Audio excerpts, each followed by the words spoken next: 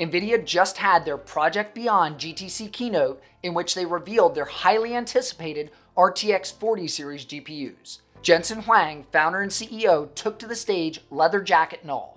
So if you missed the keynote or you just want the TLDR, you made it to the right place. Let's get into it.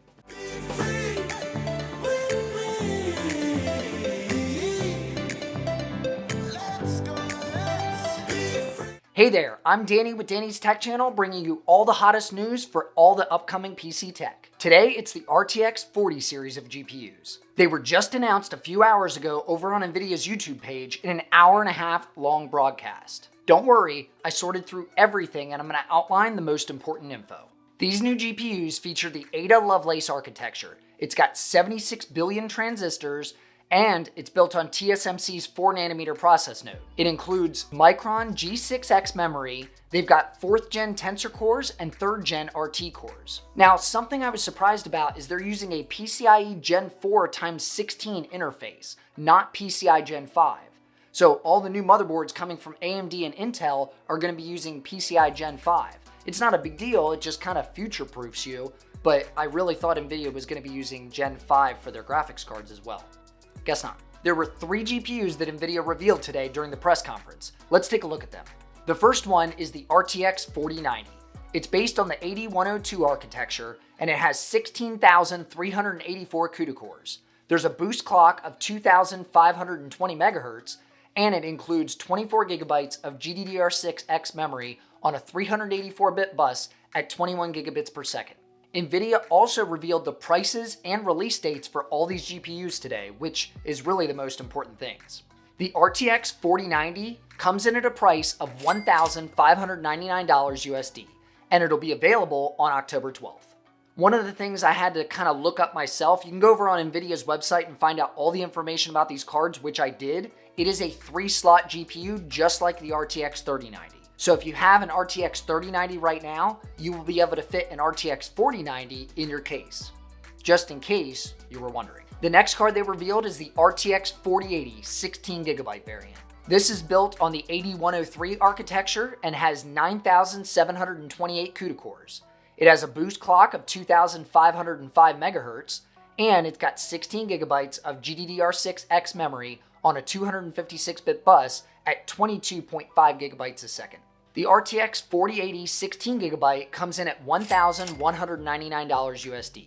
It'll be available sometime in November. This is also a 3-slot graphics card, so pretty much the same size as the 4090, maybe a little bit shorter. I haven't really looked at the exact measurements of it. The last gaming graphics card they revealed is the RTX 4080 12GB. The RTX 4080 12GB is based on the 8104 architecture, and it comes with 7,680 CUDA cores.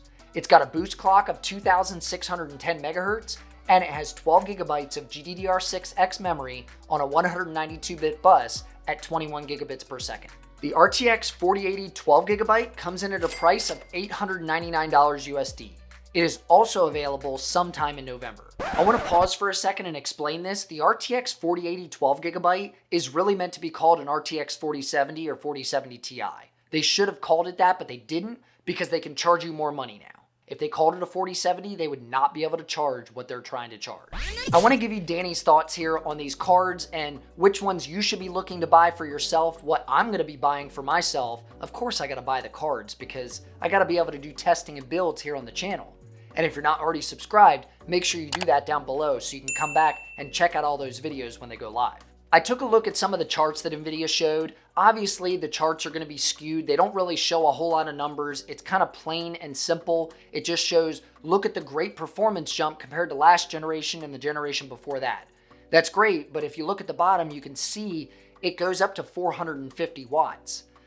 These cards are power hungry. They might be more efficient than last generation's cards or the generation before that. The efficiency might be increasing for what they're able to pump out at a certain wattage, but they're increasing the wattage threshold of the cards. So the cards are just going to be getting hotter and hotter and require more and more power. They did show some performance benchmarks, which gave me really no warm fuzzies or anything, but they did show something.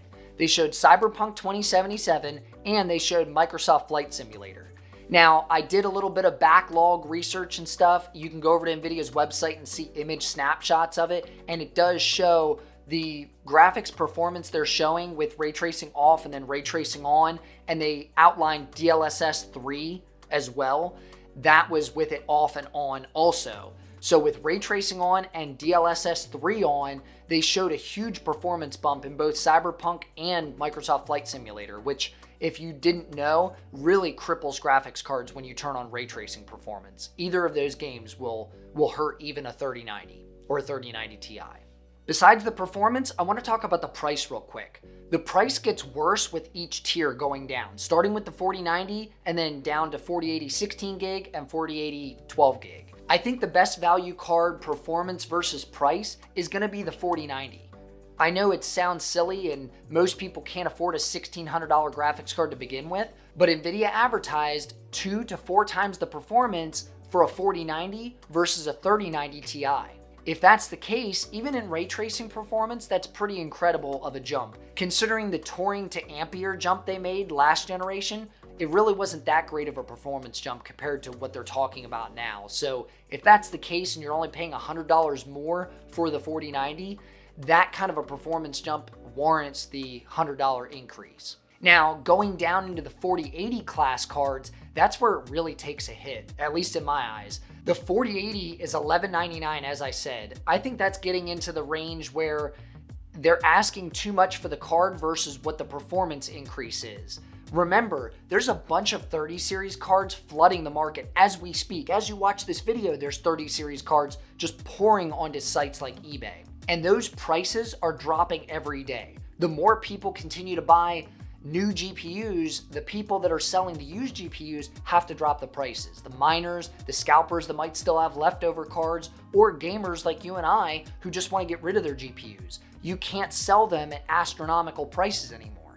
So you can find 3080s on eBay for decent prices now, under their MSRP. Some of them are way under, actually. So I would honestly say the 4080 16 gigabyte and the 4080 12 gigabyte, I think they're really overpriced for the performance increase you might be seeing.